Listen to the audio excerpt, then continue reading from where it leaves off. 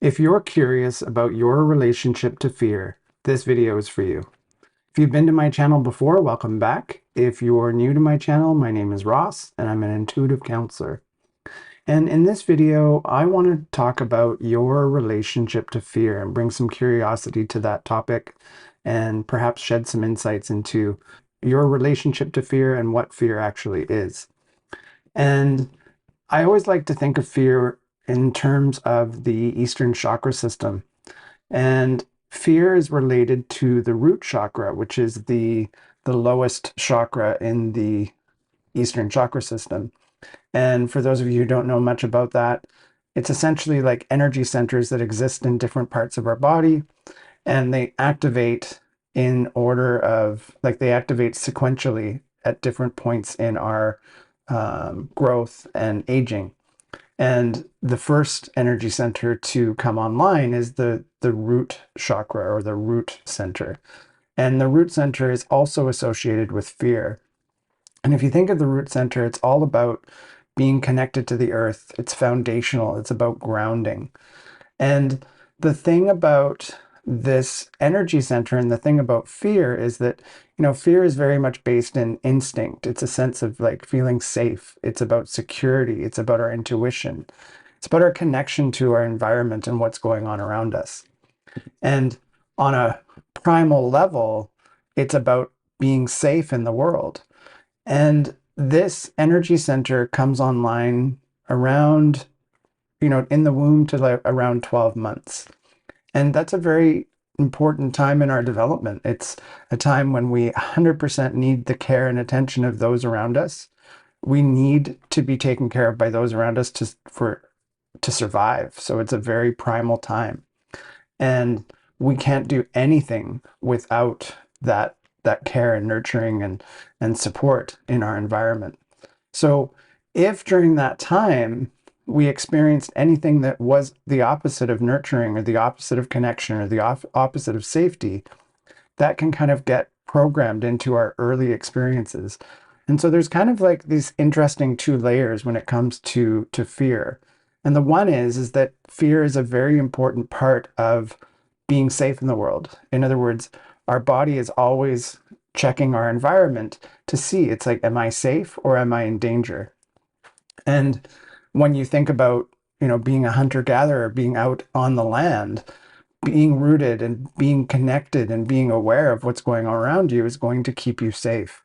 If there's predators when you're out hunting, you need to have an awareness of that so that you can be safe and return home to your village, return home to the community. That's a part of us that is rooted in who we are. And it's a very important part because, our, like I said, our instinct and our sense of safety is embedded in that system. And we can have life experiences over time that cause that same system to be elevated, to be misattuned, if you will. And that's where the nervous system comes in. And if we're constantly in a state of fight or flight in our life, if we constantly feel like we're under threat, even though we're not, then fear can become debilitating. That energy of fight or flight, when we're in that nervous system state, can have a negative effect on our body in the long term if we're constantly in that state. And depending on your emotional trauma and the experiences that you've had, it's absolutely possible to be stuck in a state of fear, to be stuck in that state of fight or flight, and to always be looking for threat and not able to see signs of safety or signs of support and signs of care, which means that we can also become disconnected from those around us, which is interesting, again, if we go back to the chakra system, because fear has a relationship with another energy center, and that's the energy center of our heart, the energy center of love.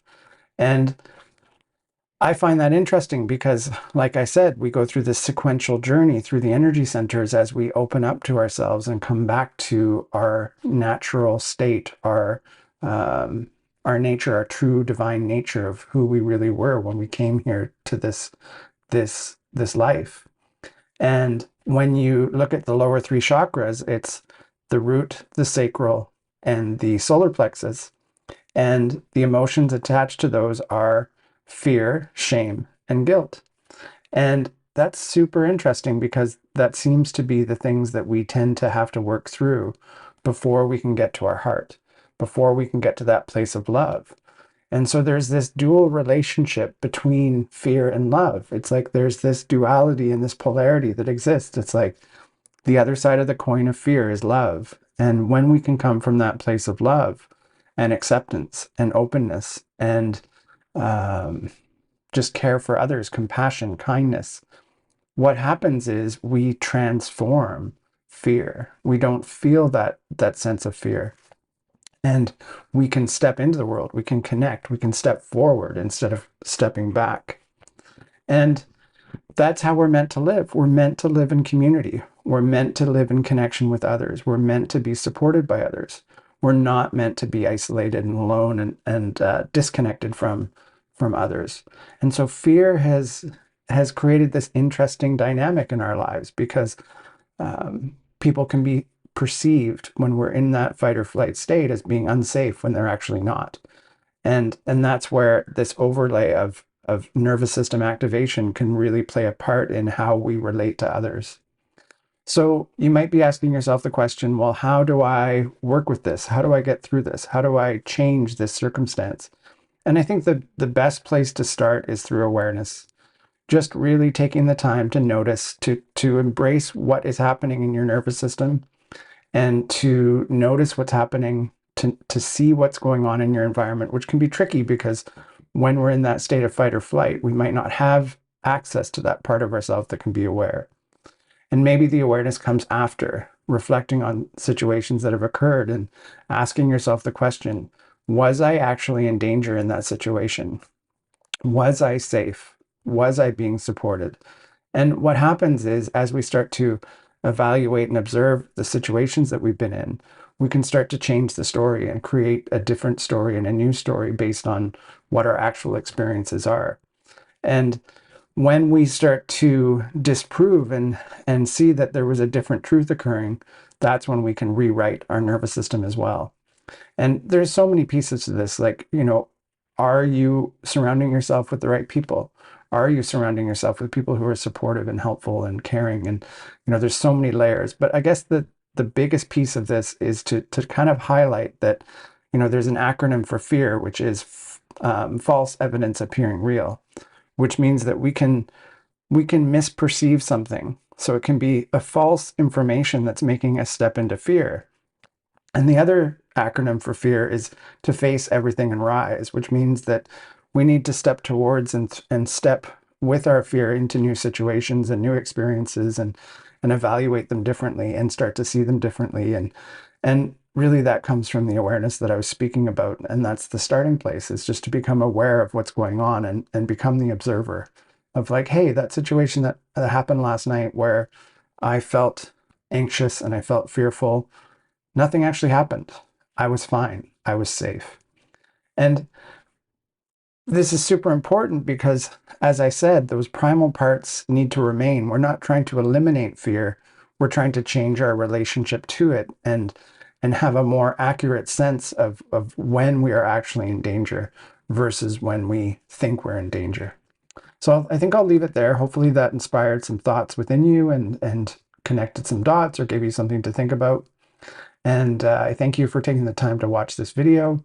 If you know someone who might benefit from this, please consider sharing it. And if you're interested in the work that I do as an intuitive counselor, you can go to my website, and the link to that is in the description of this video. Thanks again for watching, and wishing you unconditional love. Bye for now.